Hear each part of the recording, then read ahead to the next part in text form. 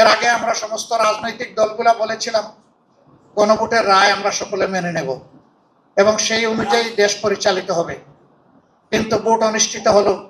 তারপরের দিনই বর্তমান সরকারি দল তারা তাদের ধারণা পরিবর্তন করলেন, তারা গণভোটকে অস্বীকার করলেন।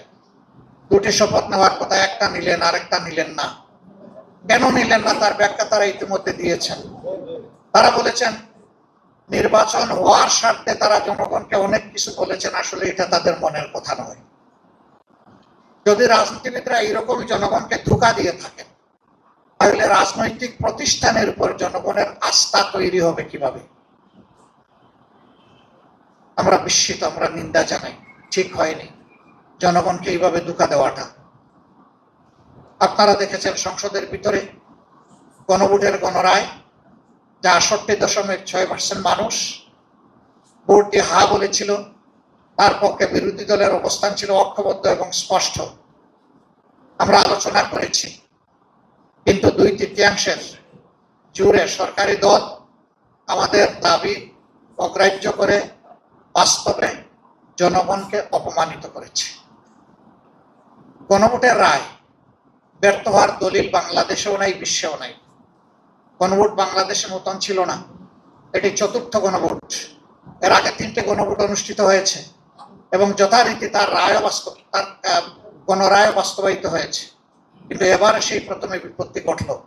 আমরা জানি কি জন্য ঘটেছে। আমরা যা আশঙ্কা করেছিলাম এখন তা স্পষ্ট হয়ে উঠেছে। সমাজে আর্থিক, রাজনৈতিক, প্রাতিষ্ঠানিক, সাংবিধানিক সকল জায়গায় আজকে নির্লজ্জ রাজনৈতিক হস্তক্ষেপ একেবারেই স্পষ্ট। সেন্ট্রাল ব্যাংক থেকে শুরু করে বিভিন্ন ব্যাংক, বীমা কর্পোরেশন, এই সবগুলা আজকে সেই থাবা বিস্তৃত হচ্ছে এবং সমাজের অপরাধী লোকদেরকে গুরুত্বপূর্ণ জায়গায় বসিয়ে দেওয়া হচ্ছে, যাদের বিরুদ্ধে অপরাধ বিভিন্নভাবে প্রমাণিত। এইভাবে যদি দেশের অর্থনৈতিক ব্যবস্থাপনার উপর রাজনৈতিক অন্যায্য হস্তক্ষেপ অব্যাহত থাকে, তাহলে ইতিমধ্যেই অর্থনীতির দুই অঙ্গের এক অঙ্গ মাটির সাথে পড়ে গড়াগড়ি পাচ্ছে, স্টক মার্কেট, আর একটা অঙ্গ ব্যাংক, বীমা কর্পোরেশন। এটাও যদি এলোমেলো বিধ্বস্ত হয়ে যায়, তাহলে জাতির গন্তব্য কোথায় গিয়ে দাঁড়াবে? মূল দায়িত্ব সরকারি দলের। তারা এই দায়িত্ব এখন পর্যন্ত পালন করার কোনো সদিচ্ছা তাদের ফুটে ওঠেনি। কিন্তু আমরা এই দেশকে ভালোবাসি। এই দেশকে ভালোবাসার কারণেই আমরা মনে করি যে আগামী বাজেট কেমন হওয়া উচিত সেই ব্যাপারে জনগণের অভিপ্রায়কে অনুধাবন করে জনগণের সামনে আমাদের চিন্তাগুলো পেশ করা উচিত। এটি বাজেট নয়, এটা বাজেটের পূর্ব ধারণা। এখান থেকে যদি সরকার ভালো কিছু পিক আপ করেন, জনগণ উপকৃত হবে। এটা কোনো দলের বিষয় নয়। আমরা এই বাজেট কোনো দলের জন্য দিচ্ছি না। এই বাজেট 18 বা 20 কোটি মানুষের জন্য হতে পারে।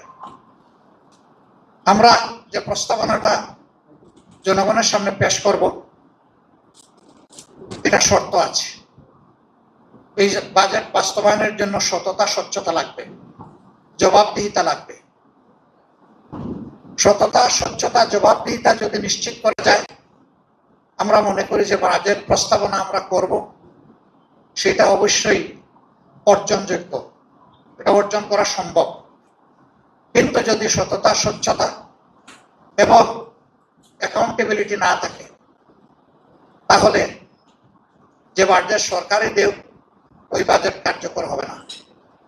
আরো কিছু বিষয় আমাদের প্রস্তাবনায় থাকবে, সেটা এখানে এবং সংসদে। আমাদের ফিসকাল ইয়ার হচ্ছে জুলাই টু জুন। জুন মাস বর্ষা, খরা, দুর্যোগ, সাইক্লোন এগুলাতে সাধারণত আমাদের দেশ আক্রান্ত হয়। আমরা লক্ষ্য করি এডিপির একটা বিশাল অংশ শেষের 2 মাসে তাড়াহুড়া করে বাস্তবায়নের চেষ্টা করা হয়। এটি বাস্তবায়ন নয়, এটি হচ্ছে গণলুটপাট। এর সুফল জনগণ পায় না, কিছু অসৎ সুবিধাভোগীদের পকেটে এর সুফল চলে যায়। আমরা সংসদে প্রস্তাব দেব যে আমাদের ফিসকাল ইয়ারটি ক্যালেন্ডার ইয়ারের সাথে মিলিয়ে করা হোক, তাহলে বর্ষার পানিতে আমাদের টাকাগুলো ধুয়ে মুছে সাফ হয়ে যাবে না, এই টাকাগুলোর খবর পাওয়া যাবে ইনশাল্লাহ।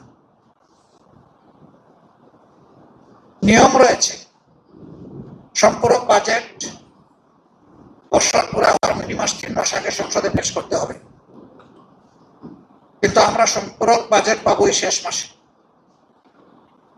বৈধ অবৈধ, ন্যায্য অন্যায্য সব খরচ হয়ে গেল, কালো সাদা একাকার হয়ে গেল, তারপরে সম্পূরক বাজেট সংসদের সামনে আসলো, তাতে জনগণের লাভ কি? আমরা কথা বললেই বা তার বেনিফিট কি? এই বিষয়গুলো আমাদের আগামীতে সংসদের ভিতরে প্রস্তাবনায় থাকবে ইনশাল্লাহ।